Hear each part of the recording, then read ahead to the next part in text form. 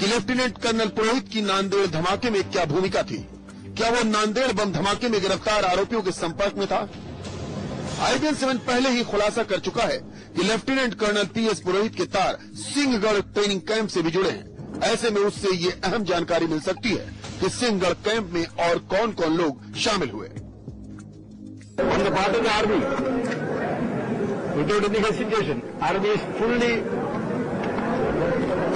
assisting and cooperating with the investigation agencies.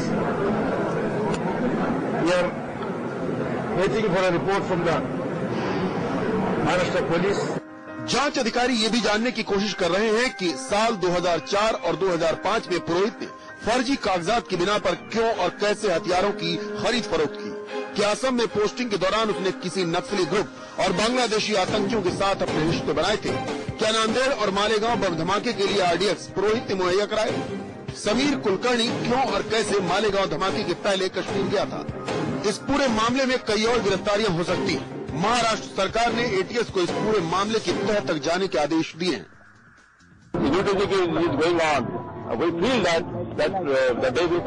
Sir क्या किसी बड़े व्यक्ति के होने की आशंका आ रही है? मैं इतना ही कह रहा हूँ, इशारा काफी होता है। 2004 से 2007 के बीच नासिक, पुणे, नागपुर में तैनात सेना के अधिकारियों पर मुंबई ATS की निगाह है। इतना ही नहीं, ATS इस दौरान इन इलाकों में तैनात सेना के अधिकारियों के मोबाइल फोन भी खंगालने में जुटी है। ATS ये पता लगा रही है कि क्या धमाकों को अंजाम देने के लिए कुछ अधिकारी सक्रिय रूप से जुड़े थे या फिर इन्होंने सिर्फ धमाकों के लिए विस्फोटक या दूसरी तरह की मदद पहुंचाई। लेफ्टिनेंट कर्नल PS पुरोहित की गिरफ्तारी के बाद 2 साल से सो रही CBI भी अब हरकत में आ गई है और इसी सिलसिले में उसने तकरीबन 10 घंटे तक सेना के इस अधिकारी से पूछताछ की। वो उससे जानने में जुटी रही कि कहीं ऐसा तो नहीं कि उसका नाता मालेगांव बम धमाके के अलावा नांदेड़ और दूसरे धमाकों से भी है। हालांकि अब भी इस पूरे मामले पर कोई भी अधिकारी कुछ भी बोलना नहीं चाहता। नियाज के साथ निशात शमसी, मुंबई, IBN 7। और अब सीधे रुक करते मुंबई का, जहां मेरे सहयोगी निशात शमसी मौजूद है। निशात, कल 10 घंटे तक लेफ्टिनेंट कर्नल PS पुरोहित से बात हुई, पूछताछ हुई और उसने अहम खुलासा किया, यानी 3 सेना के अधिकारियों का उसने नाम लिया है। देखिए पंकज, अब भी इस पूरे मामले पर जो नाम है अधिकारी के उसका खुलासा ATS नहीं कर रही है, लेकिन जिन अधिकारियों के नाम आए हैं, जो 3 अफसरों के नाम आए हैं, वो तीनों लोग ऊंचे पदों पर बैठे हैं सेना में और ये तमाम जानकारी जो है PS पुरोहित ने दी है। क्योंकि जिस तरह से उनका फोन डिटेल्स आया है और पूछताछ की है ATS और CBI ने, तो ये खुलासे हुए हैं। जी बिल्कुल, आपके पास लौटते हैं। हम आपको बता दें, मालेगांव ब्लास्ट की जांच कर रही मुंबई ATS को लगातार सनसनीखेज जानकारियां मिल रही हैं। ATS को शक है कि मालेगांव ब्लास्ट में इस्तेमाल RDX जम्मू कश्मीर से आया था।